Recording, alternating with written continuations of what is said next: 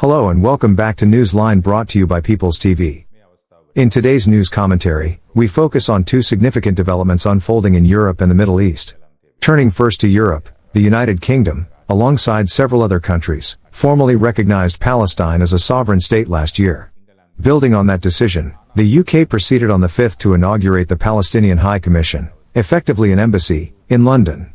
Offshore media outlets describe this move as a historic milestone, reflecting a broader political trajectory the UK has been following for several years, as evidenced by parallel domestic and foreign policy decisions. This development does not stand in isolation. A growing number of European nations, along with Canada and Australia, appear to be following the same path by facilitating the establishment of Palestinian diplomatic missions within their borders. Taken together, these actions signal a wider ideological and political shift across the Western world. Critics argue that such moves risk legitimizing forces influenced by radical Islamist ideology, raising concerns that terrorism-linked narratives are increasingly shaping policy decisions within these countries. If one asks why this double standard exists, the answer becomes clear when examining the unwillingness of these same nations to recognize Somaliland as a sovereign state, while moving swiftly to accept Palestine, a territory governed by Hamas, an internationally designated terrorist organization. This contrast is difficult to justify.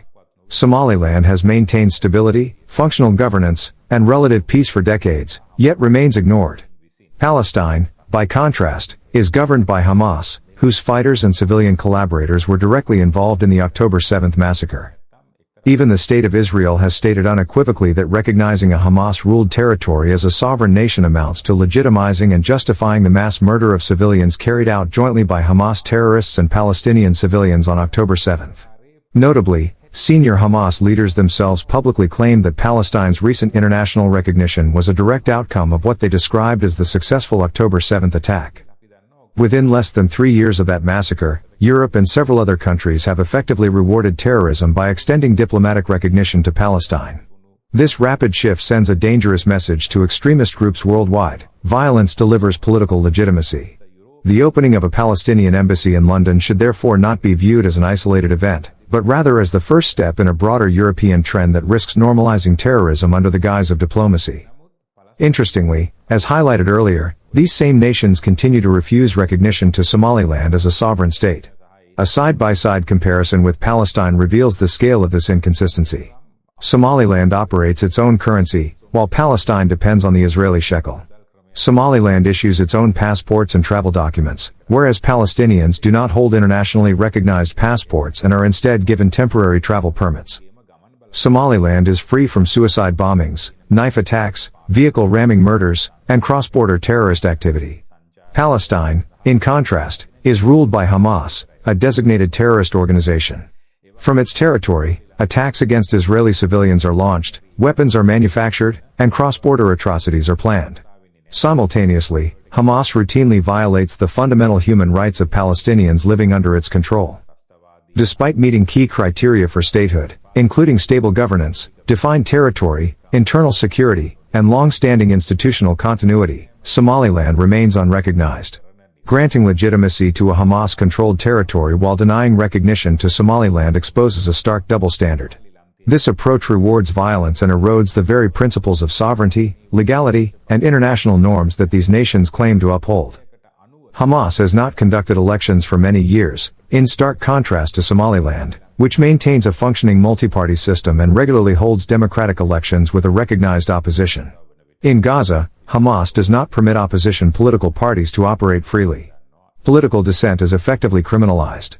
Opposition to Hamas is only possible through armed resistance, which explains why every group that challenges Hamas rule in Gaza is itself an armed faction.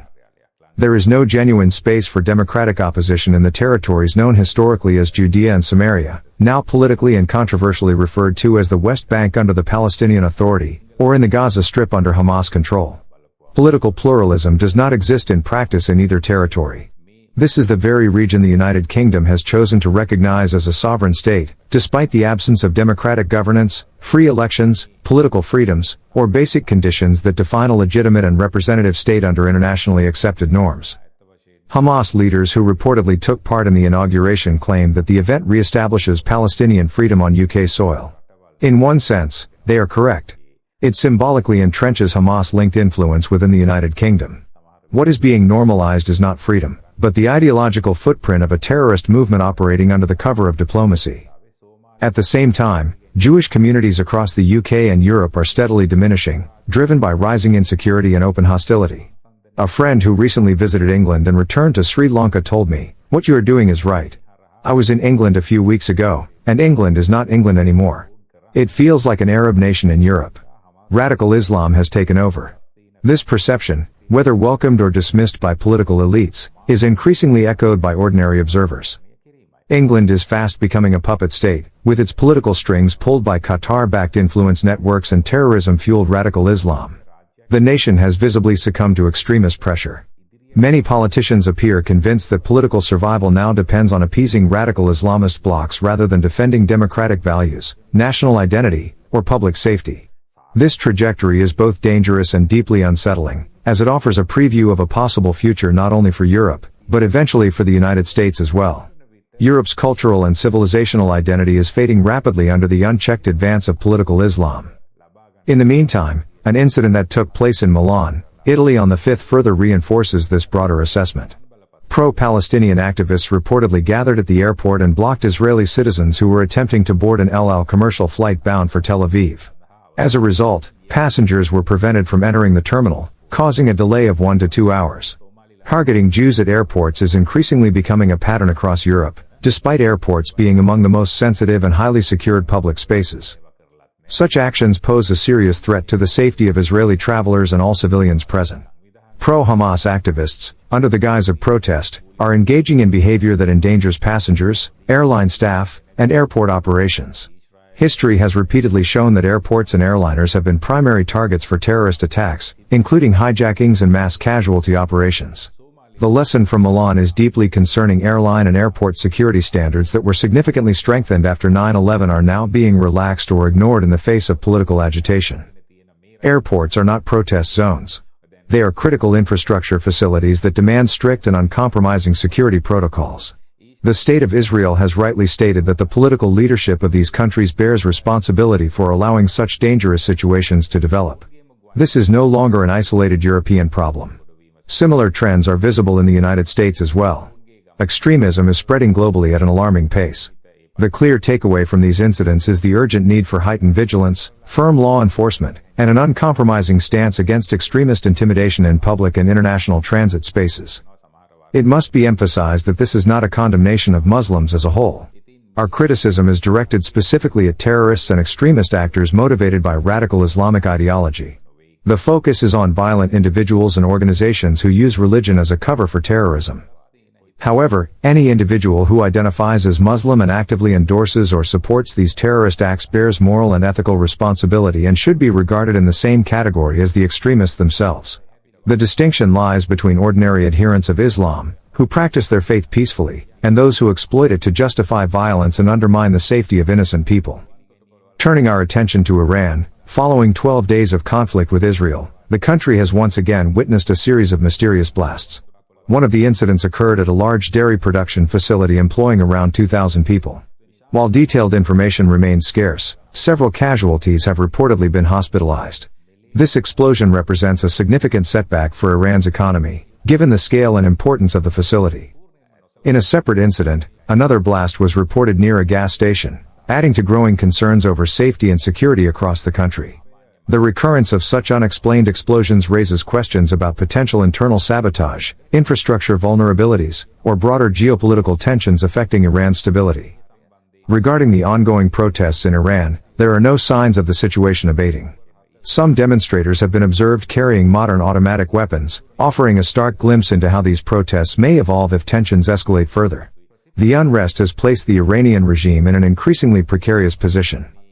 Reports now suggest that Iran intends to provide each citizen with relief payments of only $7 per month, a token amount, insufficient to make any meaningful impact on daily living costs, especially given the regime's access to billions in resources. Such a meager measure is unlikely to ease public frustration or address the underlying economic and political issues fueling the protests. The unrest cannot be managed through minor gestures. It reflects a systemic crisis that demands far-reaching reforms and substantial intervention, rather than superficial handouts. Analysts are now debating whether the United States might intervene in Iran in a manner similar to its recent actions in Venezuela. Former President Donald Trump has publicly warned that the U.S. could intervene if Tehran violently suppresses peaceful demonstrators, stating the country is locked and loaded to act if protesters are killed by regime forces. Some intelligence reports circulating in Western media even suggest that Supreme Leader Ayatollah Ali Khamenei has a contingency plan to flee to Moscow if the domestic uprising cannot be crushed, highlighting concerns about the regime's stability amid widespread unrest. Meanwhile, Prime Minister Benjamin Netanyahu and other Israeli officials have consistently emphasized preventing Iran from advancing its missile and nuclear capabilities. Independent monitoring by the International Atomic Energy Agency has found that Iran continues to hold significant quantities of uranium enriched to high levels, raising international concern over its nuclear ambitions. Although there is no formal announcement of an imminent intervention, the combination of geopolitical pressure from the US and Israel, Tehran's internal turmoil, and the regime's international isolation means that what happened in Venezuela could serve as a point of comparison. Many observers are watching closely to see whether external powers will take a more active role in Iran's unfolding crisis. If this report helped you see the situation on the ground clearly, don't keep it to yourself. Like, share, and subscribe to People's TV, where truth has no agenda, and facts speak louder than spin. Subscribe us for more details.